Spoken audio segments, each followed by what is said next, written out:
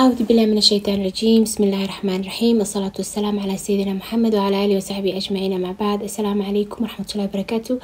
أباني سلام يا ولا ليال من كتير محن الله وقتو قايدين معناضو أنت كبعدي مرر بدن نلاش واحد جرتا إنه أن يعني كلنا قيب وين كلنا هاي وحيابا نلاش إنه جاي نصومرة يعني بني آدم markaad tahay waxyaabo badan baa noloshaada kula soo gudboonaanaya situationo badan baad soo maraysaa marka aan ka hadlayo guulaha iyo marka aan ka hadlayo guul daradaba waxyaabo fara badan inaga ayaa sabab u ah reasonada keena inaga ayaa sabab u ah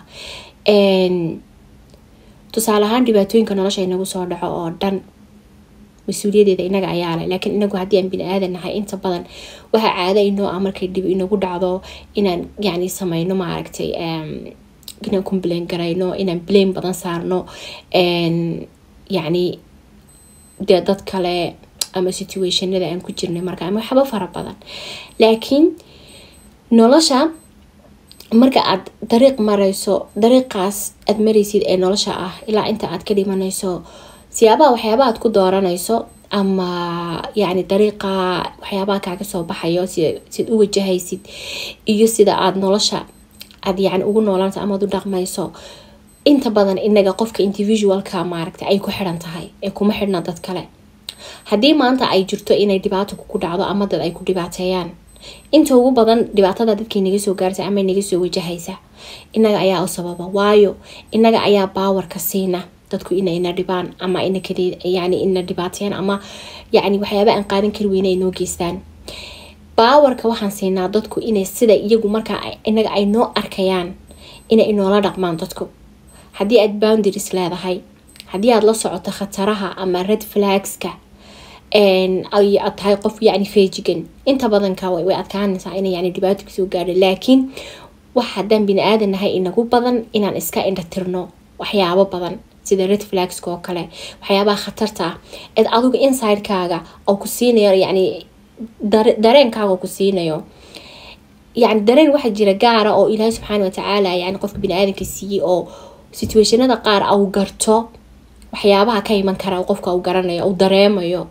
laakiin mararka qaar kood waxa dhacda inaan iska indhatirno oo dareen yani aan beenino dareenka aan dareemayno taasaana badanka keenta in aan dhibaatooyin yani xad lahayn mararka qaar kood ay nagu dhacaan laakiin dareenkaaga inaad aqbasho niyadaada iyo qalbigaaga iyo caqligaagu inay mar walba iswaafaqaana ay muhiim tahay waa muhiim laakiin mararka qaarkood saad wax walba iskaga indhatirayso waxay imanaysaa inay dad tacaamul inay dhex yaalo inay say doonaan kaa yeelaan because adaa dariiqa u furaya laakiin haddaad xuduud leedahay boundaries leedahay dadku way iska kaa ilaalinayaan marka inta ugu badan an waxaan aaminsanahay 85% waxyaabaha inaga inay soo gaara inaga ayaa mas-uulka ama yani sabab u ah inay dhibiino soo gaadho 15 kale waxay noqon kartaa dadka kale foolkooda laakiin inaga ayaa because inaga ayaa ignore garayna waxyaabo badan waxaad oranaysaa for example qof baa ku dhibaateynaya waxaad oranaysaa waa caadi waa bini aadan weeyaan waa next time qofkan waa isbedelaya qofkan chance kale ayaa siinaya qofkan waa sidan qofkan waa waxyaabo kale ayaad eegaysaa waxaad iska indhatiraysaa khataraha waaweyn ee kugu soo socda adigoo mar walba qeyl raadinaya yani qofka adigoo qeyl mar walba u raadinaya waata ugu badan ee dhibaatooyinka ugu weyn ee ugu waaweyn ay noogu dhacaan laakiin inaan mar walba noqono dad taxadiran dad joyskooga yani dariiqay marayaan oo dee maaragtay u jeexan yahay oona laga leexin karin dad xuduud leh oo xuduudooda aan la dhaafi karin haddii aan noqono wax badan waa inoo hagaagiyaan waxaa soo dhana markasta waa inuu ku salaysnaado tawakulka ilaahay iyo inaad ilaahay ku xidhnaato markaste waa inuu markaste ay bees ahaato intaasi ood ilaahay la kaashato laakiin adu inaad ikhtiyaar saxa samayso waa run nolosha cilmi qaybka cidna ma oga laakiin waxaa jira waxyaaba xataa marka hore aad arkaysa inay yaryihiin oo iska indhatirayso laakiin hadhow tolo noqda wax weyn noqda oo noloshaada caqabado waaweyn ku noqda ama noloshaada meel aanad rabin ama aanad jeclaysanin ku dhigaya marka waa inaan inagu markaa mas-uuliyadda waxyaabaa inagu dhacaya qeybtii weyn ka nahay waa inaan acknowledge garayno waa inaan qirano yacni accountability-ga waxa la yiraahdo maaragtay waa inaan markasta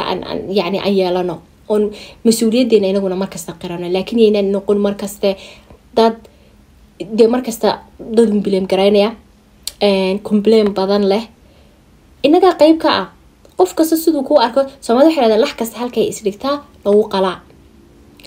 waxyaaba adu albaabaad isku furtay baa keena inay kasoo galaan waxyaaba aan jeclaysan nolosha marka albaabada aan isku furayno aan iska ilaalino ana noqono markasta dad foojigan aan noqono oo aqli ku dara wax kasta aqliga la saaxiiba dareenkaaga intuitionka iyo dareenkaaga xaasada ilaahay ku siiyay xaasad saadisa baa la yiraahdaa ilaahay ku siiyay ku dareemaysid waxyaabo aad leedahay situation kan wallahi aan musa aad moodayso noqon waaya aad leedahay markasta waxa aad leedahay dareenkaaga oo ku siinaya saxa kaas raac markasta hadaan markasta ka raacno waan badbaadinaa wax badan laakiin waan ignore garaynaa inta ugu badan been baan iyo khiyaali baan isku maaweelinaa waxa ay niyadeena qalbigeena ama dareenkeena gudow ina siinayana waan ka boodnaa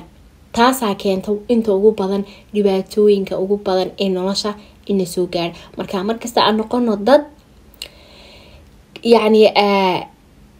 ignore gareynin dareenka ilaahay si ilaahay ku abuuray subxaanallah ilaahayna adduunka markuu ku keenay dee caqli buu ku siiyey caqligaas waa inaad ku geli karatid waxa kuu xun iyo waxa kuu fiican yani xayawaanka waa laga aduway bini aadan baa ilaahay kaa dhigay ilaahay karaameeyey ilaahay ciziya sharaf siiyey inaad ilaalisana waajib bay ku tahay because ilaahay wuxuu ku siiyey imkaaniyaadkaad ku ilaashan lahayd oo dhan waxaas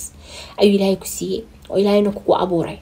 laakiin inagu waa inaan sida ugu fiican aanu adeegsano oonan iska indhatirin